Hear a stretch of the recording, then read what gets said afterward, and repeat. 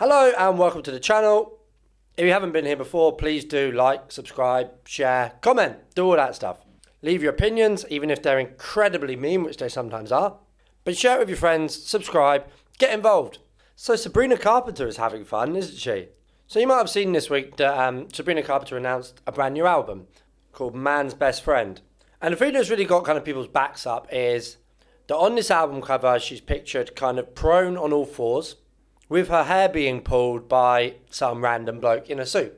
So, a lot of people have got their knickers in a bit of a twist about this. There's a lot of stuff online about this goes too far. Tut, tut, tut. Apparently it's regressive, it's anti-feminist, and it leads back to kind of old tropes, I suppose. The counter-argument to that is, I suppose, that she's embracing her sexuality, she's embracing femininity. I don't know, I'm not going to speak on her behalf, right? But what she's done is she's just kind of came out and owned it and basically just told everyone to grow up. So there's been a whole lot of like clutching of pearls that's gone on here basically. Oh gosh, won't somebody think of the children? A lot of that, right? But if you're someone that's complaining about this, right? If you're someone who this has really offended and you are commenting on that, you're sharing your opinion on that, you're posting about it, you're tweeting about it, whatever, do you not understand that that's precisely what this record label wanted to achieve? That is what Sabrina Carpenter's branding is all about. It's all about shocking people like you, basically. What you have to understand is that artists nowadays, particularly big, massive super pop stars like Sabrina Carpenter, the most important thing that they are consistent with, almost more so than their music, is their brand. And they do not sacrifice their brand image for anyone or anything. They're consistent with it forever, right? She has her USP and she's sticking to it. And her USP is kind of the slightly sexy, slightly kinky, kind of girl next door type vibe. And that's probably why she has maybe a bit more appeal to a male audience than other kind of pop stars. The likeable kind of girl's best friend pop star already exists. It's Taylor Swift.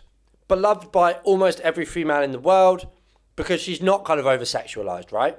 Sabrina Carpenter can't be that, right? Because they already exist and she's massive, right? So her and her label have gone down this angle and they're sticking to it and they're taking it as far as they can logically take it. And they don't care about the opinions of people who find this offensive because those people were never going to like Sabrina Carpenter anyway.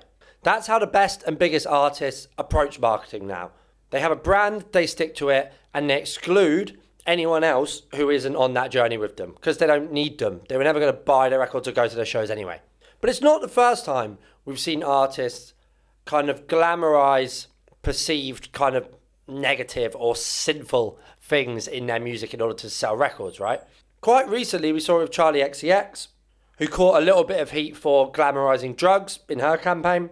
And exactly the same theory applies here. She does not, if you're offended by that, she does not care about your opinion because you were never going to go to one of her shows anyway. You were never going to tweet about her unless it was anything negative. And actually your negativity just adds to the hype train anyway. So if something like this offends you, don't mention it. Don't talk about it. Ignore it. Obviously more famous examples of this over the years because this strategy is nothing new. Grime artists, obviously, well, it was a big thing a couple of years ago about them glamorizing gang culture and gang warfare for music. And even if you want to go as far back as NWA, same thing. But the more people said it was bad, the better publicity it was for them. These record labels, they want to offend you. They want to shock you because that's how they make their artists